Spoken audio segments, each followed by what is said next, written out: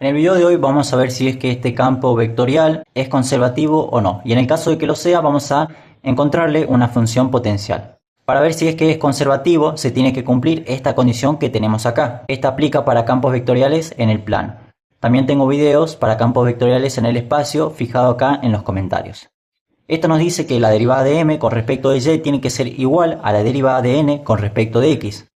Entonces, vamos a ver quién es m y quién es n. Eso lo hacemos acá en nuestro campo que tenemos. Bien, m va a ser a todo lo que acompañe al versor y n va a ser a lo que acompañe al versor j. De esta forma entonces me queda. Vamos a calcular estas derivadas parciales a ver si es que se cumple o no. Acá es m, pero le puse n, así que ahí lo corrijo. Acá si derivamos a m con respecto de y, vamos a tener que aplicar la regla de la cadena, ya que tenemos el producto de esto con e elevado a kxy. Entonces si aplicamos esta regla de la cadena, lo que nos va a quedar es lo siguiente. Va a ser la derivada de la primera, que sería y, que eso es igual a 1, simplemente lo dejo, por la segunda sin derivar, que va a ser e elevados a xy. Más la primera sin derivar, que es y, por la derivada de la segunda, que esta derivada entonces va a ser e elevado a xy, y acá la derivada de lo que tenemos con respecto de y me va a quedar que es x. Esa es la derivada de m con respecto de y. Vamos a ver si es que es igual a la derivada de n con respecto de x. Acá para este 1 la derivada de una constante es 0, así que directamente ni la voy a escribir. Pasemos con este término. Acá también vamos a tener que aplicar la regla de la cadena, ya que tenemos un producto. Es la derivada de la primera, que es x, en este caso 1, no lo escribo, por la segunda sin derivar, que es e elevado a xy. Más la primera sin derivar, que es x, por la derivada de la segunda, que me va a quedar que es e elevado a xy.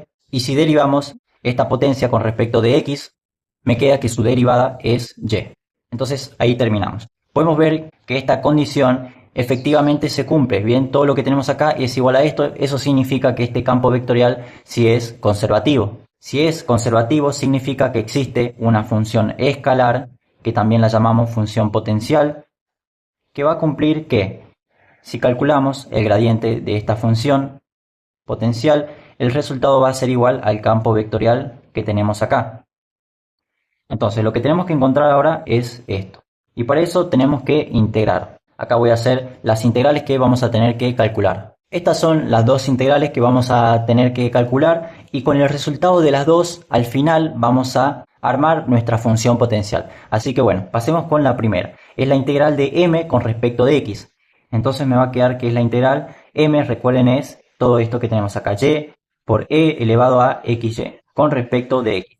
Acá es una integral un poquito más complicada, vamos a tener que aplicar sustitución. Entonces, en esta sustitución lo voy a escribir por acá.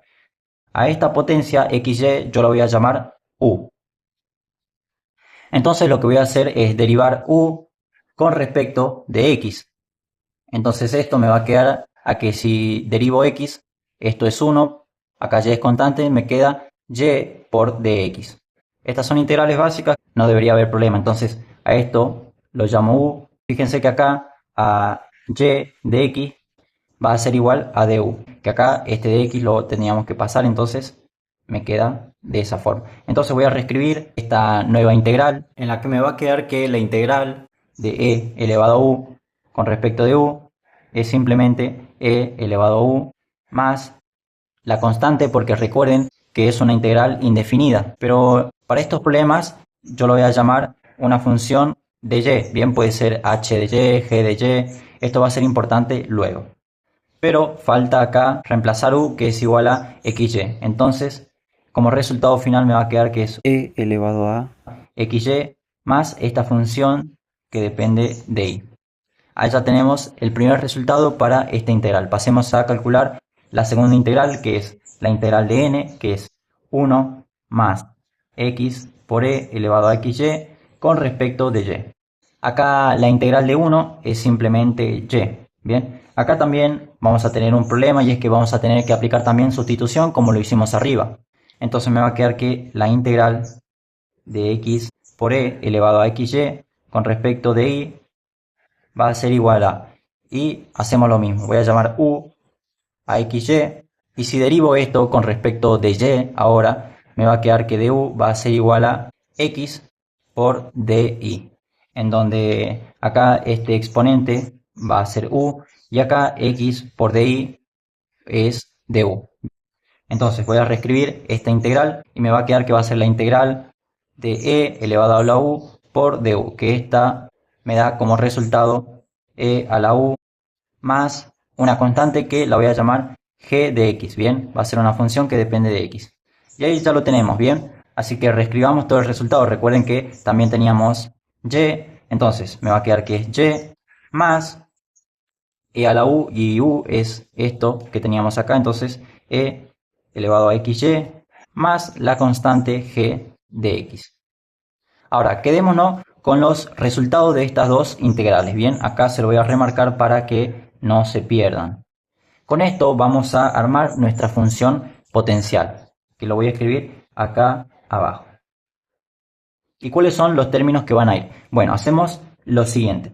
De estos dos resultados vamos a ver cuáles son los términos que se repiten y si hay, lo vamos a escribir una sola vez. Entonces veamos, acá tenemos e elevado a la xy y acá abajo tenemos también e elevado a la xy. Entonces, como les dije, esto lo vamos a tener que escribir una vez. Lo que sigue de estos dos resultados es ver qué términos no se repiten para escribirlos acá. En este caso podemos ver que, bueno, acá no tenemos, pero acá abajo sí tenemos y es y. Entonces con signo positivo, que es lo que tiene acá, me va a quedar que es más y. Ahora, no tenemos ningún otro término, entonces lo que queda ahora sí es sumarle la constante, que la voy a llamar k o c, también se le escribe, y este es el resultado que me dio. Acá escribir h de y y g de x es un poquito más de teoría, eso queda en manos de ustedes. Pero pueden ver que acá teníamos que encontrar una función h de y, que es justamente la que estaba acá. Para g de x, en este caso, no había ninguna otra función que dependa de x, entonces eso fue igual a esta constante k que nos quedó. Entonces acá tenemos nuestra función potencial como resultado.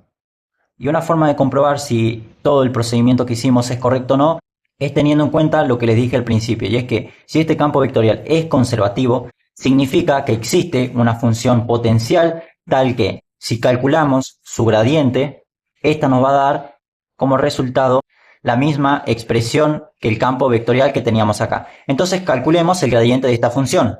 Recuerden que el gradiente de esta función escalar es igual a la derivada con respecto de x para el versor y más la derivada con respecto de y para el versor j. Entonces, derivemos.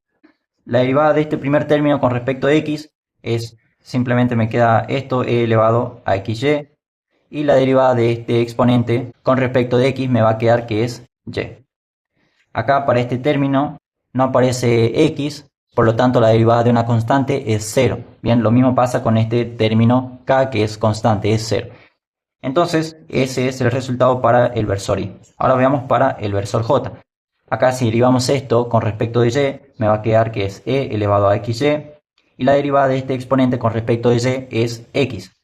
Pasemos a este siguiente término. Su derivada es igual a 1. Y para este término que es constante, su derivada es 0. Entonces, eso es todo para el versor j.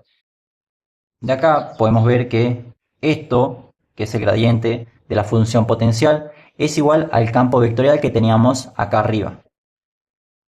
Esto me confirma que todo lo que hicimos es correcto.